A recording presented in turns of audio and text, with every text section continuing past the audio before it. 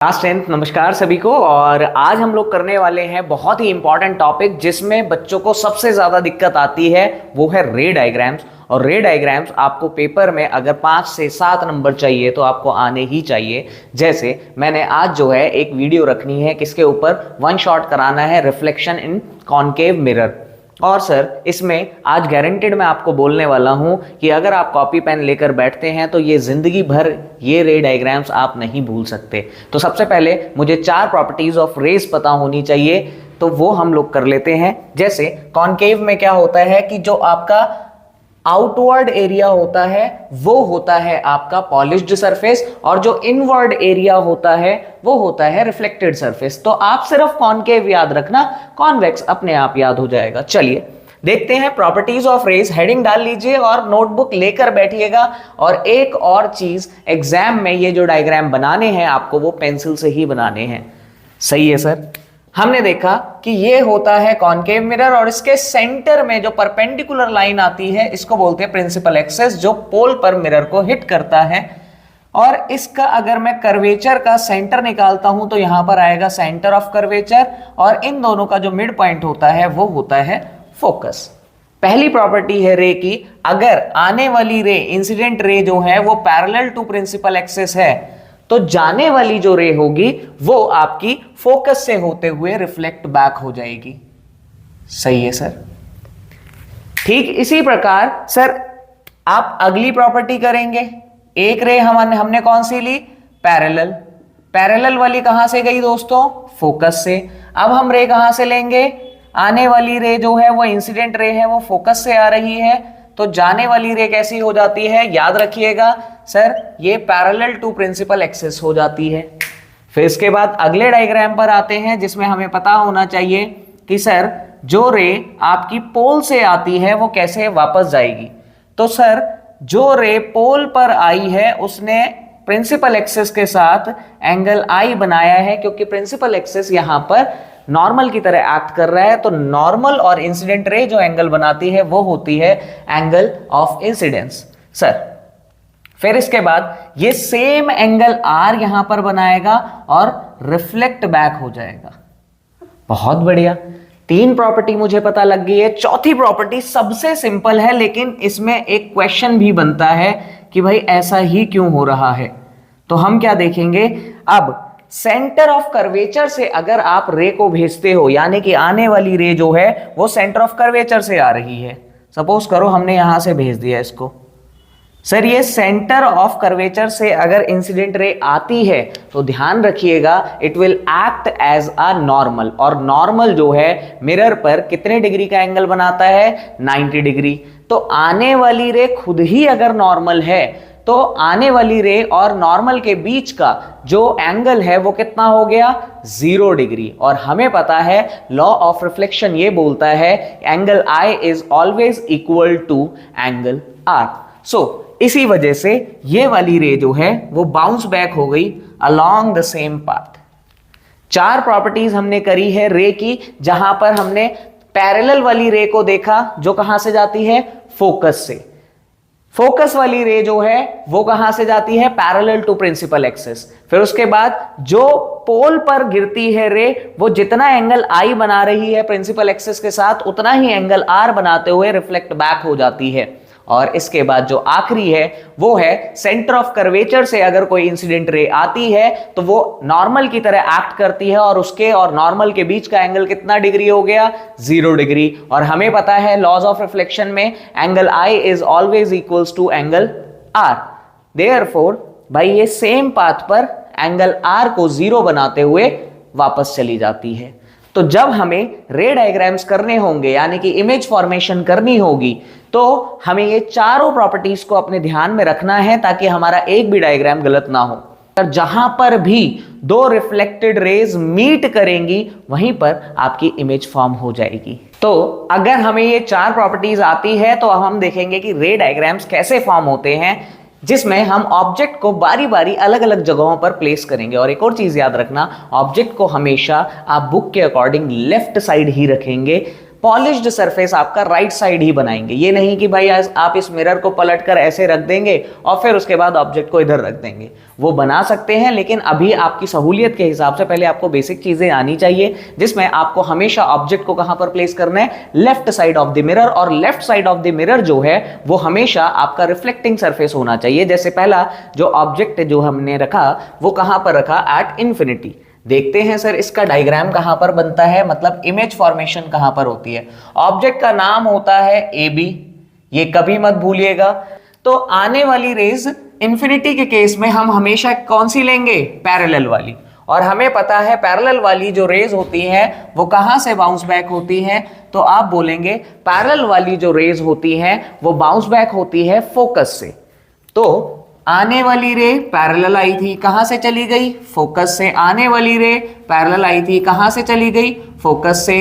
कहां पर मीट कर रही है, एट एफ। तो इमेज कहां पर फॉर्म होगी, एट एफ। आप बोलेंगे कि भाई इमेज जो है एट एफ बनेगी अगर ऑब्जेक्ट प्लेस है कहां पर, इंफिनिटी पर।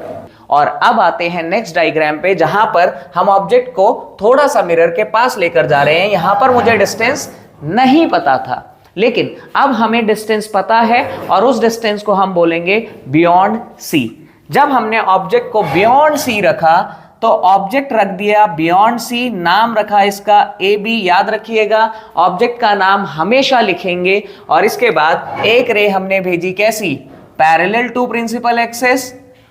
पैरेलल वाली रे कहां से जाती है दोस्तों, अभी हमने किया था पैरेलल वाली फोकस से निकल जाती है, तो फोकस से चली गई। बहुत बढ़िया सर। दूसरी रे कहां से ले, तो हमने क्या किया सर, फोकस से ले लेते हैं ताकि वो पैरेलल इजी हो जाए हमारे लिए।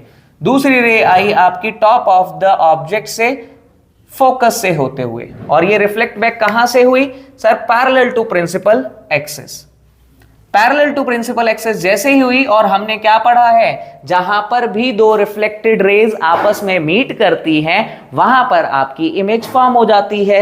यानी कि जहां पर इंटरसेक्शन पॉइंट है वहां पर लगेगा एरो, यानी कि हेड बनेगा यहां पर इमेज का, इसका नाम होगा ए डैश, और जो आपका प्रिंसिपल एक्सिस पे टच कर रहा है एंड उसका नाम होगा बी डैश। तो इमेज की हाइट क्या हो गई, छोटी हो गई, ऑब्जेक्ट की हाइट क्या हो गई, बड़ी हो गई, जिसके बारे में हम ही बात करेंगे अभी। सर जब आपका ऑब्जेक्ट कहां रखा, बियॉन्ड सी, तो इमेज कहां बनी, between C and F, between C and F. अब ऑब्जेक्ट को रखना है सी पर, पहले इंफिनिटी पे रखा, फिर हम नॉन डिस्टेंस पे लेकर आए जिसको बोला गया बियॉन्ड सी, और बियॉन्ड सी के बाद अब हम ऑब्जेक्ट को लेकर आ रहे हैं एट सी। ये थोड़ा ज्यादा इंपॉर्टेंट है, तो याद रखिएगा ये इंपॉर्टेंट डायग्राम एग्जाम में कई बार पूछा गया है। इसको स्टार मार्क, हैश मार्क, जो आपको करना है कर लीजिएगा। सर ऑब्जेक्ट को कहां पे प्लेस किया गया, आप बोलेंगे सी पर ऑब्जेक्ट को प्लेस कर दिया। ऑब्जेक्ट का नाम होता है ए बी।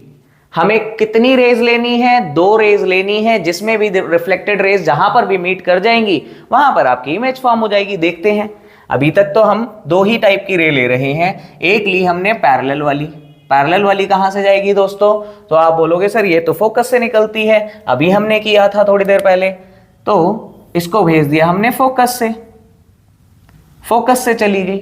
अब बोलता है कि दूसरी रे कौन सी लें, तो हमने बोला कि फोकस वाली ले लेते हैं। फोकस वाली रे जो है वो कैसी हो जाती है दोस्तों, पैरेलल। फोकस वाली रे कैसी हो जाती है, पैरेलल। तो इस रे को भी हमने क्या कर दिया, पैरेलल।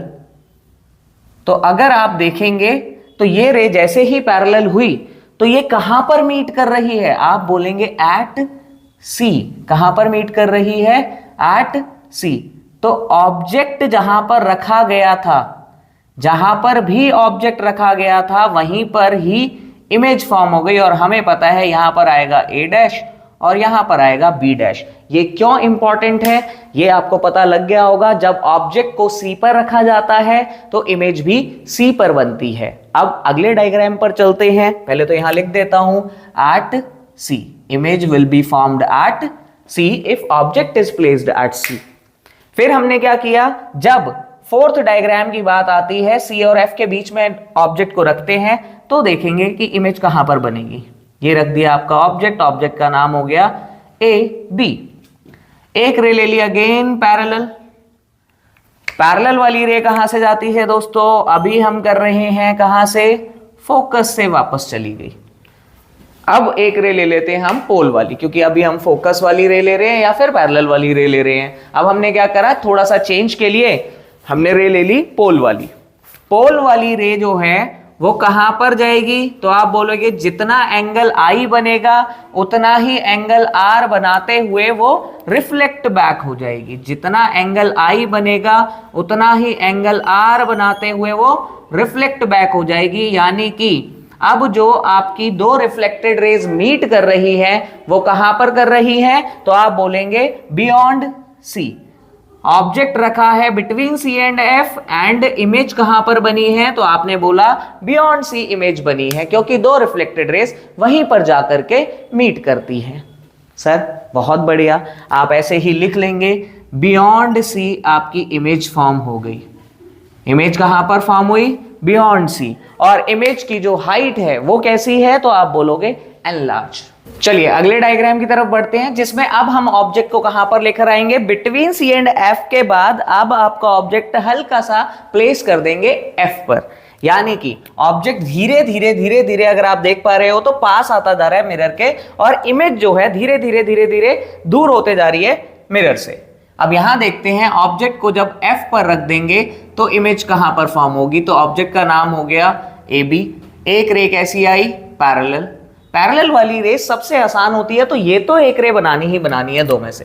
तो आपने क्या किया, इसको कहां से भेज दिया? फोकस से। जब ये फोकस से चली गई तो अब अगली रे कौन सी ले लेंगे? एक रे फिर से पोल वाली ले लेते हैं। पोल वाली रे जो है जितना एंगल आई बनेगा उतना ही एंगल आर बनाते हुए रिफ्लेक्ट बैक हो जाएगी। एरो लगाना मत भूलना इंसिडेंट रे और रिफ्लेक्टेड रे का, क्योंकि सर मेरे पास तो अलग मार्कर है, तो आप देख पा रहे होगे कि ये एंगल आई और ये एंगल आर बन गया, और ये रे जो है ये एक दूसरे के कैसी हो गई है? पैरेलल। एक चीज हमें पता है कि पैरेलल रेज कभी भी आपस में मीट नहीं करती।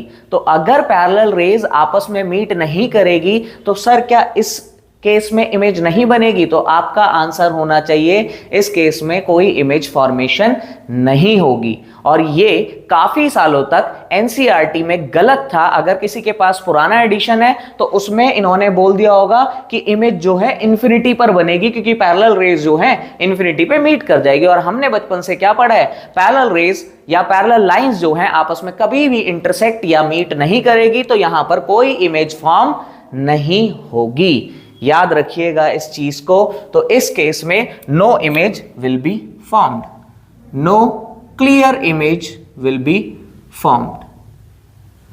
कोई भी क्लियर इमेज इसमें नहीं बनेगी।